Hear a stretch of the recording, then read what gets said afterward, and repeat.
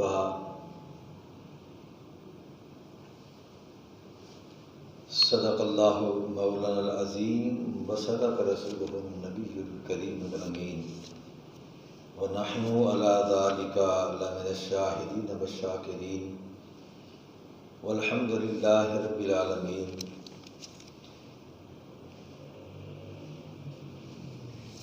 فقد قال اللہ تبارک و تعالی فی شان حبیبہ مخبرا و آمرا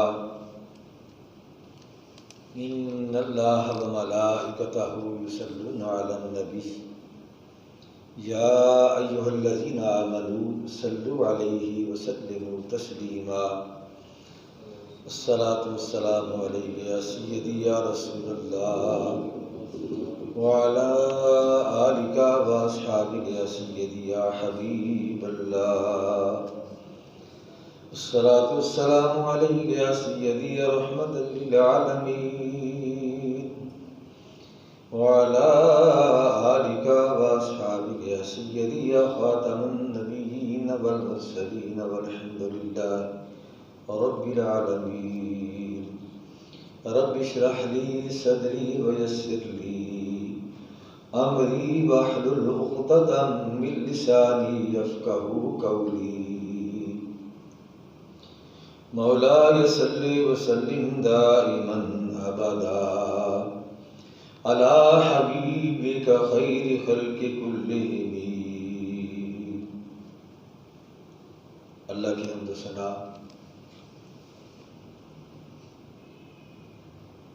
اور حضور سید عالم صلی اللہ علیہ وآلہ وسلم کی بارگاہ عالیہ میں ہدیہ درود و سلام عرض کرنے کے بعد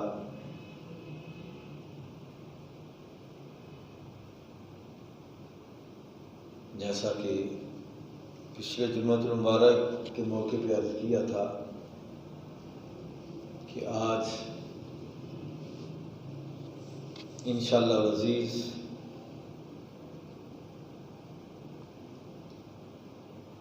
محبت حسین اور شہادت حسین کے موضوع پہ لب کشائی کروں گا۔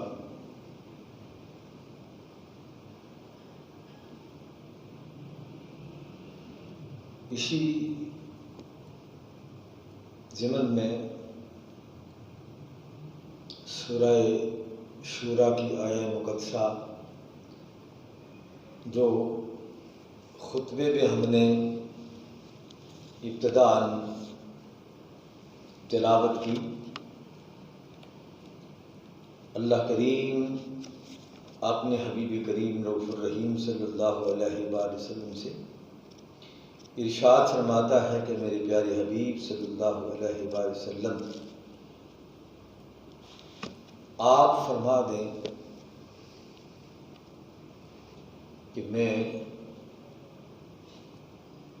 تبلیغ رسالت پہ تم سے کچھ نہیں مانگتا۔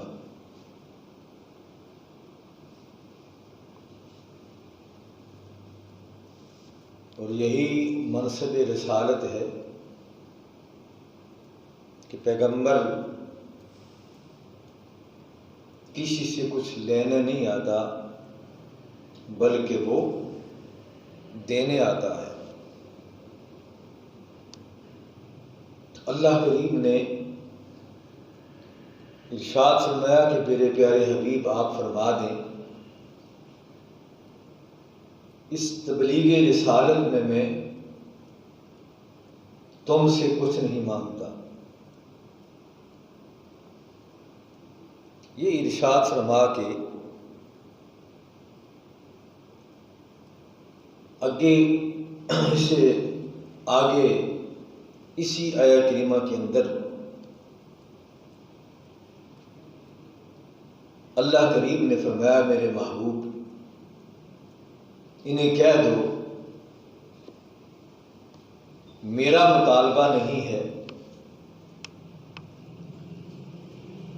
لیکن اللہ کا ارشاد ہے، اللہ کا فرمان ہے کہ میرے محبوب اپنے ان غلاموں سے ارشاد فرما دیں، لا اسألکم علیہ اجرا الا المودۃ فی القربى،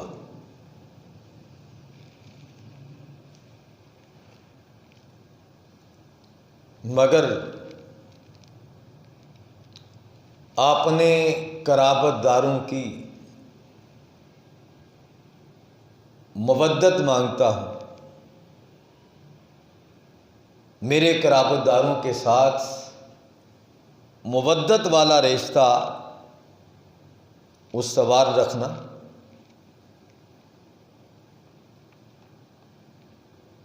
نبی کریم رؤوف الرحیم صلی اللہ تعالی علیہ وآلہ وسلم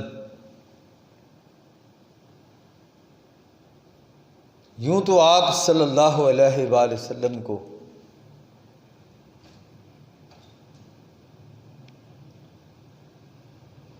پوری انسانیت سے محبت تھی،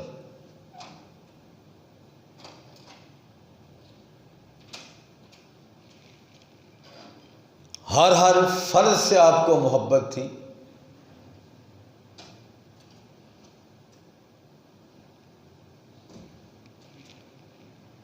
لیکن آقا کریم صلی اللہ علیہ وآلہ وسلم کی یہ محبت اہل ایمان کے لیے خاص تھی۔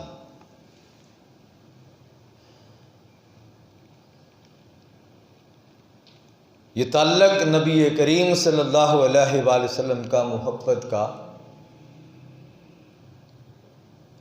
جانوروں کے ساتھ بھی آپ صلی اللہ علیہ وآلہ وسلم کو محبت تھی، حتیٰ کہ آپ جانوروں کے بارے میں ارشاد فرماتے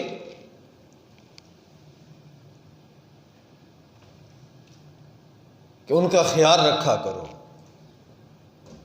انہیں بر وقت چارہ دیا کرو، بر وقت انہیں پانی پلایا کرو، ان کی دیکھ بھال کیا کرو۔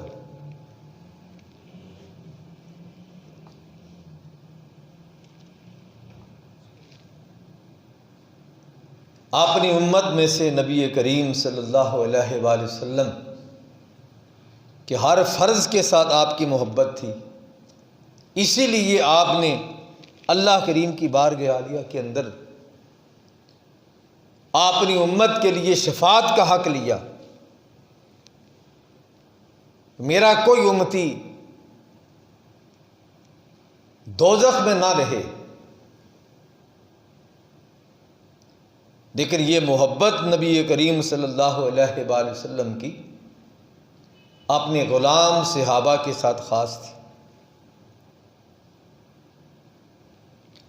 صحابہ کے ہر فرد سے محبت تھی، لیکن نبی کریم صلی اللہ علیہ وآلہ وسلم کی محبت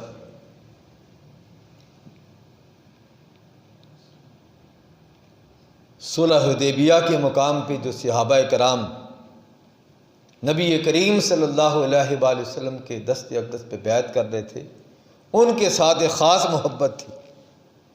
اس محبت کے نتیجے میں اللہ کریم نے فرمایا کہ میرے محبوب جنہوں نے بیعت الرضوان کی ہے، آپ کے ہاتھ میں ہاتھ دیا ہے، انہوں نے آپ کے ہاتھ میں نہیں بلکہ اللہ کے ہاتھ میں ہاتھ دیا ہے۔ پھر اس سے بڑھ کے نبی کریم صلی اللہ علیہ وآلہ وسلم کی محبت بدریوں کے ساتھ خاص تھی۔ اس قدر محبت تھی بدریوں کے ساتھ، یہ وہ اثاثہ تھے دین مصطفیٰ کا، شریعت مصطفیٰ کا، تحفظ شریعت کے یہ پہلے محافظ تھے جنہوں نے شریعت مصطفیٰ صلی اللہ علیہ وآلہ وسلم کا دفاع کیا اور اس مقام پر فائد ہوئے کہ نبی کریم صلی اللہ علیہ وآلہ وسلم نے فرمایا بدری صحابہ جو کچھ کریں انہیں عام معافی ہے، اللہ نے انہیں معاف کر دیا ہے۔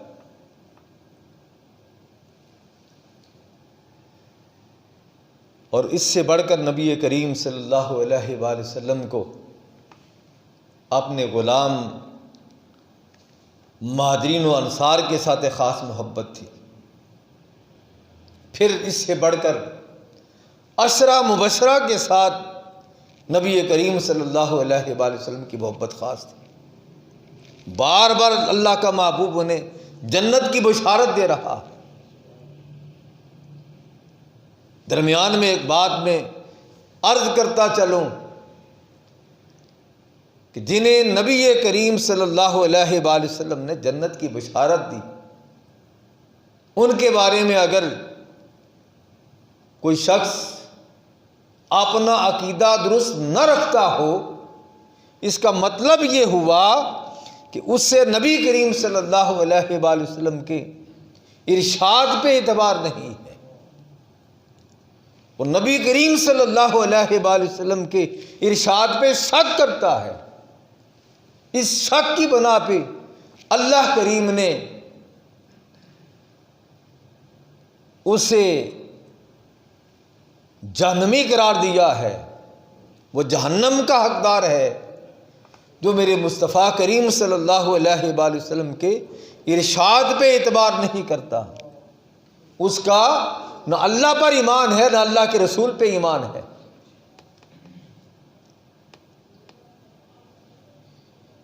پھر آقا کریم صلی اللہ علیہ وآلہ وسلم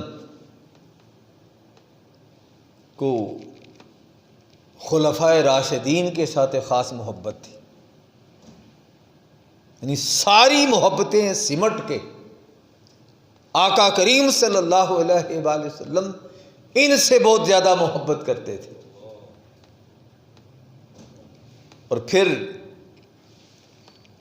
ان سب سے بڑھ کر نبی کریم صلی اللہ علیہ وآلہ وسلم کو اپنی اہل بیت اطہار کے ساتھ محبت خاص تھی۔ اہل بیت کی ہر فرد سے میرے مصطفیٰ کریم بے پناہ محبت فرماتے تھے، اور یہاں تک کہ آقا کریم صلی اللہ علیہ وآلہ وسلم نے فرمایا کہ کل قیامت کے دن میں سب سے پہلے جن کی شفاعت کروں گا وہ میری اہل بیت کے گناہگار ہیں۔ یعنی شفاعت کا آغاز نبی کریم صلی اللہ علیہ وآلہ وسلم اپنی اہل بیت اطہار کے گناہگاروں سے فرمائیں گے، پھر ساری امت کی آپ صلی اللہ علیہ وآلہ وسلم شفاعت فرمائیں گے۔ اور اہل بیت اطہار میں سے پھر نبی کریم صلی اللہ علیہ وآلہ وسلم کو مولا کائنات علی مرتضیٰ سے خاص محبت تھی، یہاں تک کہ آپ اس حد تک آپ سے محبت کرتے تھے کہ آپ ارشاد فرمایا کرتے تھے، مولا جہاں کہیں بھی علی جائے حق اس کے ساتھ جائے، آگے آگے علی ہو پیچھے پیچھے حق اس کے ساتھ جائے۔ یعنی اس قدر محبت تھی آپ کی مولا کائنات علی مرتضیٰ شیر خدا کرم اللہ تعالی کریم سے۔ پھر ان سے بڑھ کر جس سے محبت تھی وہ سیدۃ النساء سیدہ فاطمہ الزہرا سلام اللہ علیہا ہے۔ پھر حسنین کریمین سے نبی کریم صلی اللہ علیہ وآلہ وسلم کو خاص محبت تھی، اور پھر ان دونوں شہزادوں سے بڑھ کر امام حسین علیہ السلام کے ساتھ محبت خاص تھی۔ یہ ساری اہل بیت کا خلاصہ ہے۔ اور پھر آپ نے اس محبت کا حق ادا کر دیا۔ یہ دونوں شہزادے، حدیث طیبہ میں آتا ہے کہ نبی کریم صلی اللہ علیہ وآلہ وسلم نماز پڑھا رہے ہیں، چھوٹے ہیں، معصوم ہیں۔ میرا نہیں خیال کہ آپ بچپن سے ہی اللہ کریم نے معرفت کا سمندر آپ کو عطا فرما رکھا تھا، ہر چیز پہچانتے تھے، لیکن اس کے باوجود آقا نماز پڑھا رہے ہیں، حسنین کریمین دونوں مصطفیٰ کریم کے پشت پہ سوار ہو جاتے ہیں۔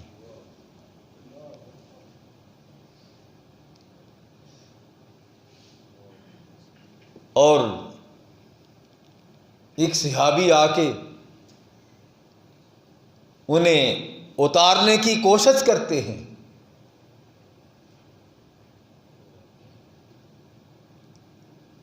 آپ صلی اللہ علیہ وآلہ وسلم جب نماز سے فارغ ہوئے تو ارشاد فرمایا کہ جو کرتے ہیں انہیں کرنے دیا کرو، اگر میری پشت پہ سوار ہو جائیں انہیں نیچے نہ اتارا کرو۔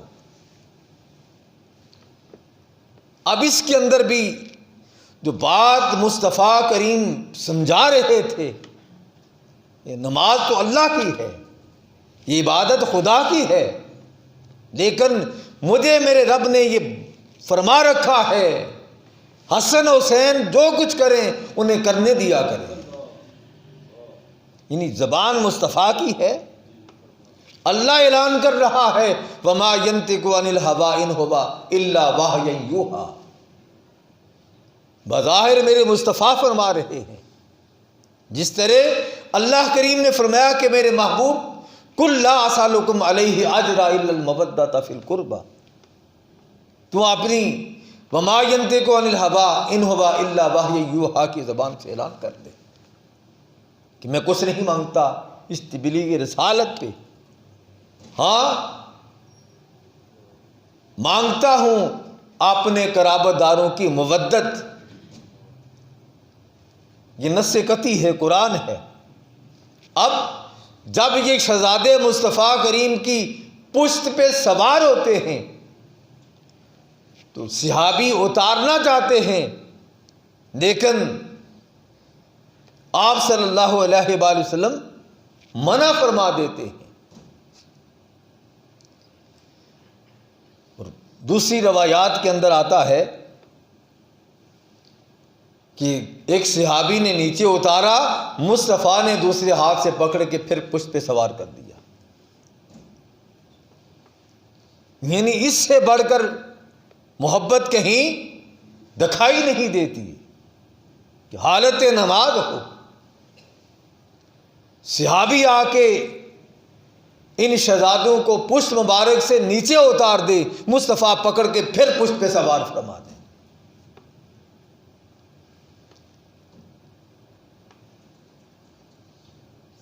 نسائی ابن ماجہ ترمذی کی حدیث طیبہ ہے کہ آقا کریم صلی اللہ علیہ وآلہ وسلم امام حسین علیہ السلام کو اپنے کندھوں پہ سوار کیے ہوئے تھا اور اپنی زلف عنبری امام حسین کو ہاتھوں میں دی ہوئی تھی، آپ چڑھ رہے تھے تو سیدنا عمر فاروق رضی اللہ تعالی عنہ فرمانے لگے واہ کیا بات ہے، کیسی خوب سواری ہے، آقا کریم کی عظمت سیدنا عمر فاروق بیان کر رہے ہیں۔ میرے مصطفیٰ کریم نے فرمایا عمر سوار کو نہیں دیکھتے کہ سوار کیسا ہے؟ اگر سواری اچھی ہے تو سوار بھی تو اچھا ہے۔ پھر اس سے بڑھ کر آقا کریم صلی اللہ علیہ وآلہ وسلم نماز پڑھا رہے ہیں. امام حسین کھیلتے ہوئے آتے ہیں، مصطفیٰ کریم کی پشت مبارک پر سوار ہو جاتے ہیں. یہ بتا یہ رہے تھے کہ نبی کریم صلی اللہ علیہ وآلہ وسلم کو ان شہزادوں سے کس حد تک محبت ہے. ہمارے بچے ساتھ آتے ہیں، چھوٹے بچوں کو اگر سمجھا دیں تو کیا ہوتا ہے، بچے پیچھے بیٹھ جاتے، آرام سے پیچھے بیٹھ کے تنہا نماز پڑھ لیتے. چھوٹے چھوٹے بچوں کا یہ حال ہے. لیکن یہ شہزادے جو پلے مصطفیٰ کی آغوش میں، جنہیں آغوش فاطمہ ملی، جنہیں آغوش علی اور مرتضیٰ ملی، ان کی تربیت کے اندر، ان کی فہم و فراست کے اندر کیا کوئی شک کر سکتا ہے؟ ایسی فہم و فراست، ایسی تربیت آج تک نہ کسی نے دیکھی ہے، نہ کوئی ایسا نظر آیا. اس کے باوجود یہ مصطفیٰ کریم کی پشت پہ آ کر سوار ہو جاتے ہیں اور سجدہ لمبا ہو جاتا ہے. اس قدر طوالت ہو جاتی ہے کہ صحابہ کرام رضوان اللہ علیہم اجمعین کہتے ہیں کہ ہم نے سوچا کہ شاید آقا کریم صلی اللہ علیہ وآلہ وسلم کی روح پرواز کر گئی ہے.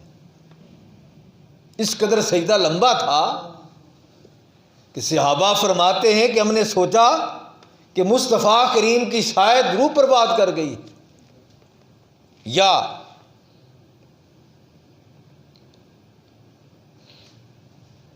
جب آقا کریم صلی اللہ علیہ وآلہ وسلم نماز سے فارغ ہوئے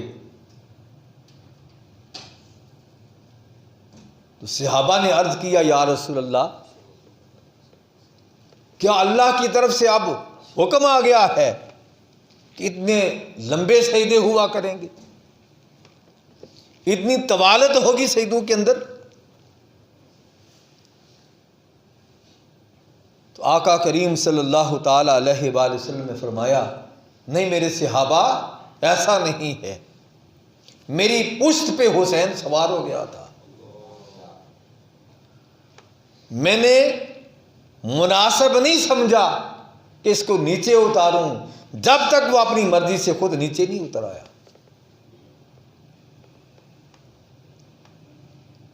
یعنی وہ تسبیحات کس قدر تھی. حدیث کی شرح کے اندر محدثین نے لکھا ہے، آقا کریم نے سجدے کے اندر 72 تسبیحات پڑھی، پھر امام حسین نیچے اتر آئے. پر آقا کریم نے ڈانٹا ڈپٹا نہیں کہ میں نماز پڑھا رہا تھا تو آ کے سوار ہو گیا. ہم کیا کرتے ہیں کہ کوئی ایسی حرکت کرے بھی، یا تو ہاتھ سے سائڈ پہ کر دیتے ہیں، یا کسی نہ کسی طریقے سے 5-7 مرتبہ تسبیح پڑھنے سے زیادہ تسبیح ہم نہیں پڑھتے. میں نے وہی بات تو پہلے عرض کی کہ میرا نبی کوئی بھی بات اپنی مرضی سے نہیں کرتا. جو بھی بات کرتے ہیں وہ وحی الہی ہوتی ہے، فرمان خداوندی ہے. اور اللہ کریم نے قُلْ لَا أَسْأَلُكُمْ عَلَيْهِ أَجْرًا إِلَّا الْمَوَدَّةَ فِي الْقُرْبَى، ارشاد فرما کے بتا دیا کہ ان کی محبت فرض ہے. اگر کوئی دل ان کی محبت سے خالی ہے تو وہ اپنے ایمان کی فکر کرے، اور اگر کوئی شخص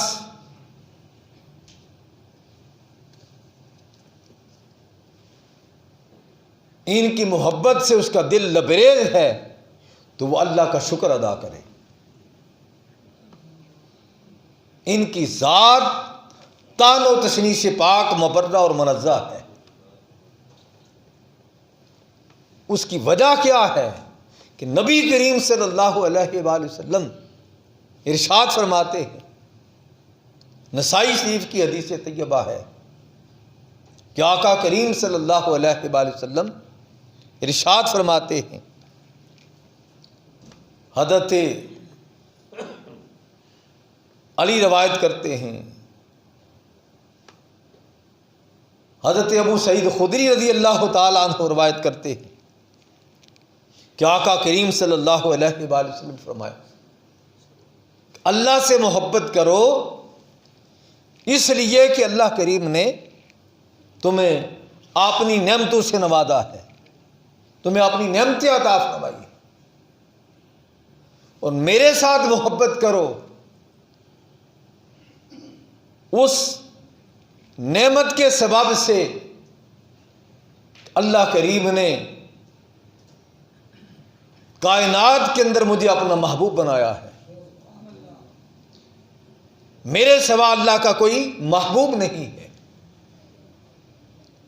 اور میری اہل بیت کے ساتھ محبت کرو کیونکہ میری اہل بیت میری محبوب ہیں، میں ان سے محبت کرتا ہوں۔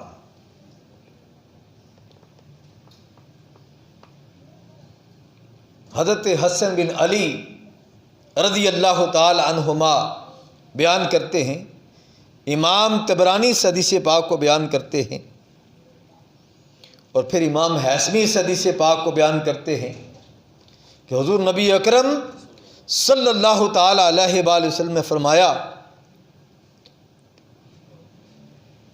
آپ نے صحابہ کرام رضوان اللہ علیہم اجمعین سے کہ ہم اہل بیت کی محبت کو لازم پکڑو، بے شک وہ شخص جو اس حال میں اللہ تعالیٰ سے ملا کہ وہ ہم اہل بیت سے محبت کرتا تھا تو وہ ہماری شفاعت کے صدقے جنت میں داخل ہوگا۔ آپ نے فرمایا، اس ذات کی قسم جس کے قبضہ قدرت میں میری جان ہے، کسی شخص کو کوئی عمل اتنا فائدہ نہیں دے گا مگر جنہوں نے ہمارے حق کو پہچان لیا، ہمارے حق کی معرفت یقیناً انہیں فائدہ دے گی، جنہوں نے ہم سے محبت کی، اور ان کی شان و عظمت، ان کا مقام و مرتبہ کیا ہے کہ نبی کریم صلی اللہ علیہ وآلہ وسلم فرمایا، الحسن والحسین سیدا شباب اہل الجنہ۔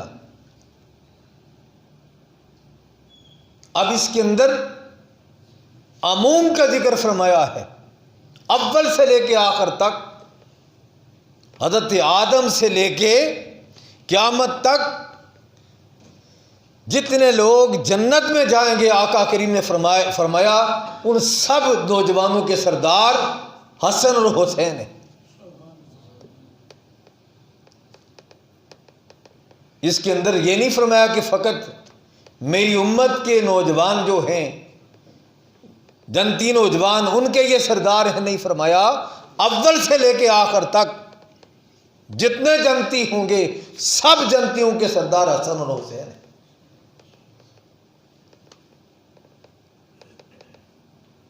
اب آقا کریم صلی اللہ علیہ وآلہ وسلم کس قدر ان سے محبت کرتے ہیں، اور پھر اہل بیت اطہار کی محبت کو آقا کریم صلی اللہ علیہ وآلہ وسلم نے ایک اور مقام پہ ارشاد فرمائی، امام دارمی سے روایت کرتے ہیں، اور یہ حدیث حضرت عبداللہ بن مسعود رضی اللہ تعالیٰ عنہ سے مروی۔ حضرت عبداللہ بن مسعود رضی اللہ تعالیٰ عنہ اس حدیث کے راوی ہیں، وہ بیان کرتے ہیں کہ آقا کریم صلی اللہ تعالیٰ علیہ وآلہ وسلم نے فرمایا، حب آل محمد یومن خیر من عبادت سنۃ ومن مات علیہ دخل الجنہ۔ فرمایا کہ جس نے میرے اہل بیت اطہار کے ساتھ ایک دن محبت کی، اس محبت ایک دن کی محبت جو ہے آقا کریم نے فرمایا پورے سال کی عبادت سے بہتر ہے۔ اہل بیت اطہار کی محبت کو نبی کریم صلی اللہ علیہ وآلہ وسلم فرمایا ان کے ساتھ ایک دن کی محبت جو ہے آقا کریم فرماتے ہیں پورے سال کی عبادت سے بہتر ہے۔ اور فرمایا من مات علی حب آل محمد دخل الجنہ، فرمایا جو میری آل کے ساتھ محبت میں مرا، میری آل کے ساتھ محبت کرتا تھا، اس آل کی محبت میں جس سے موت آئی، فرمایا اللہ کریم نے یقیناً اس کو جنت کے اندر داخل فرما دیا۔ یعنی کتنی بڑی نعمت ہے،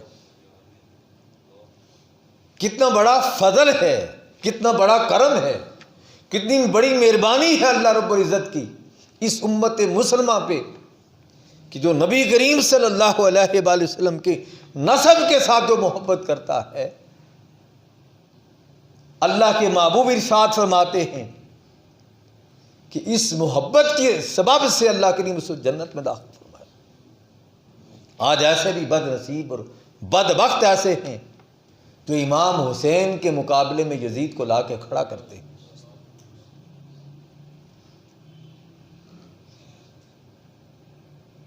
آپ نے اس حدیث کو بارہا سنا ہوگا کہ آقا کریم صلی اللہ علیہ وآلہ وسلم سیدہ فاطمہ الزہرا سلام اللہ علیہا در دولت کے پاس سے گزرے، اندر سے امام حسین کے رونے کی آواز آئی۔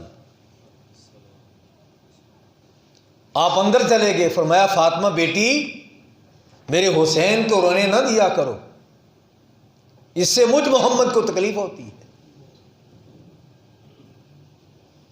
وہ حدیث پاک جو سیدہ ام سلمہ بیان کرتی ہیں کہ میرے آقا کریم صلی اللہ علیہ وآلہ وسلم نے ارشاد فرمایا، ام سلمہ میرے پاس فرشتہ آیا ہے، مجھ سے کوئی بات کرنا چاہتا ہے، اندر کسی کو آنے نہ دینا۔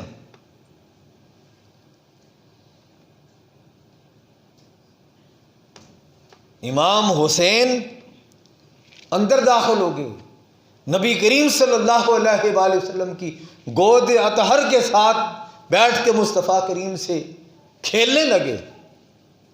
وہ فرشتہ عرض کرتا ہے یا رسول اللہ کیا آپ کو اس شہزادے سے بہت زیادہ محبت ہے؟ تو آقا کریم نے فرمایا ہاں مجھے اس سے بہت زیادہ محبت ہے۔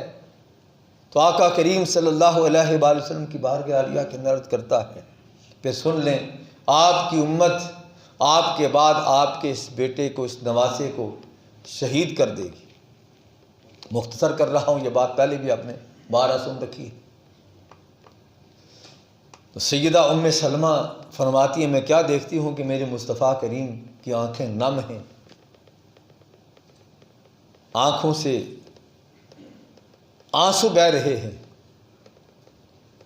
میں نے آقا کریم سے پوچھا یا رسول اللہ کیا ہوا ہے، کس چیز نے آپ کو رلا دیا ہے؟ تو آپ نے فرمایا میرے پاس فرشتہ آیا تھا، اس نے بتایا ہے کہ میرے اس بیٹے کو میری امت میرے بعد شہید کر دے گی، اور جس سرزمین پہ وہ شہید کیے جائیں گے اس سرزمین کی مٹی بھی لا کے دی ہے۔ تو اے ام سلمہ اس مٹی کو سنبھال کے رکھنا، جب یہ مٹی خون میں بدل جائے تو سمجھ لینا میرا بیٹا حسین شہید ہو گیا۔ یہ آقا کریم 51-52 سال پہلے یہ بتا رہے ہیں۔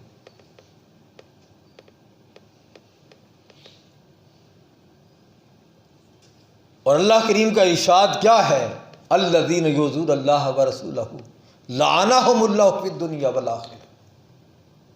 پورا قرآن پڑھ لیں،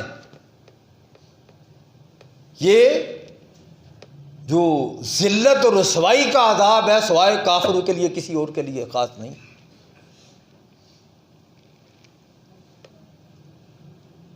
اب کیا امام حسین کو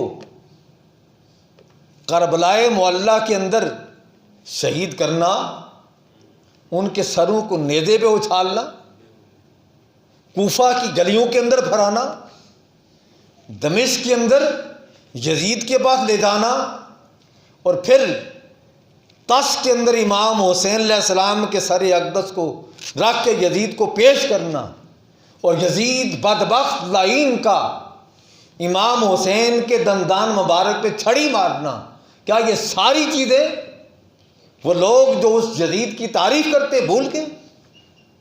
یہ جو کچھ اس نے کیا ہے کیا یہ اللہ رسول کو راضی کرنے کے لیے کیا ہے؟ کیا کوئی صاحب ایمان یہ کر سکتا ہے؟ جب آقا کریم صلی اللہ علیہ وآلہ وسلم نے یہ فرما رکھا ہے کہ حسین کو اذیت دینا مجھے اذیت پہنچاتا ہے، اور اللہ کہتا ہے جو میرے رسول کو اذیت پہنچاتا ہے اللہ کی اس پہ دنیا اور آخرت میں لعنت ہو، الذین یؤذون اللہ ورسولہ لعنہم اللہ فی الدنیا والآخرہ۔ اللہ اعلان کر رہا ہے کہ جو میرے رسول کو اذیت پہنچاتا ہے اسے دنیا اور آخرت میں اس پہ اللہ کی لعنت ہو۔ اللہ اعلان کر رہا ہے اور میرے مصطفیٰ اعلان کر رہے ہیں، میرے یہ دونوں شہزادے جنتی نوجوانوں کے سردار ہیں۔ کیا یہ بات اس تک نہیں پہنچی تھی؟ اسے اس بات کی خبر نہیں تھی؟ کیا اسے یہ پتہ نہیں تھا یہ وہ لب مبارک ہیں، یہ وہ دندان مبارک ہیں جن پہ مصطفیٰ بوسے دیا کرتے تھے، جنہیں مصطفیٰ چوما کرتے تھے؟ یہ وہ زبان ہے جس پہ مصطفیٰ کریم اپنی زبان ڈال دیتے اور امام حسین چوسا کرتے تھے۔ ان دندان مبارک پہ چھڑی مار کے اور بدبختی کے الفاظ کہہ کے کیا وہ پھر بھی جنت کا حقدار رہا؟ پھر بھی جنتی رہا؟ پھر بھی اس کی بخشش کے آپ دعوے دار ہیں؟ تو پھر انا للہ و انا الیہ راجعون ان لوگوں کے ایمان پہ یہی کہا جائے گا۔ انشاءاللہ العزیز شہادت امام حسین کے حوالے سے آئندہ جمعۃ المبارک کے موقع پہ ہم گفتگو کریں گے۔ پھر ایک بات میں اکثر یہ کہا کرتا ہوں، اے یزید کے مداحو، اے یزید کی تعریف کرنے والوں، اسے جنتی قرار دینے والوں، جس جنت کے اندر یزید جائے گا اللہ بھی تمہیں اس یزید کے ساتھ ہی شامل فرمائے، تمہارا حشر نشر بھی یزید کے ساتھ ہی کرے۔ اللہ کریم ہمیں دنیا میں بھی امام حسین کا نام لیواؤں میں رکھے اور قیامت کے دن بھی ہمارا حشر نشر امام حسین کا نام لیواؤں میں رکھے۔ اور کوئی شخص یہ نہ کہے کہ بس امام حسین کا نام لے لیا تو جنت میں چلے جائیں گے، جب تک صحابہ کی محبت دل میں نہیں ہوگی امام حسین بھی تمہاری شفاعت نہیں فرمائیں گے۔ وآخر دعوانا الحمدللہ رب العالمین۔ سنتے ادا فرمائیں۔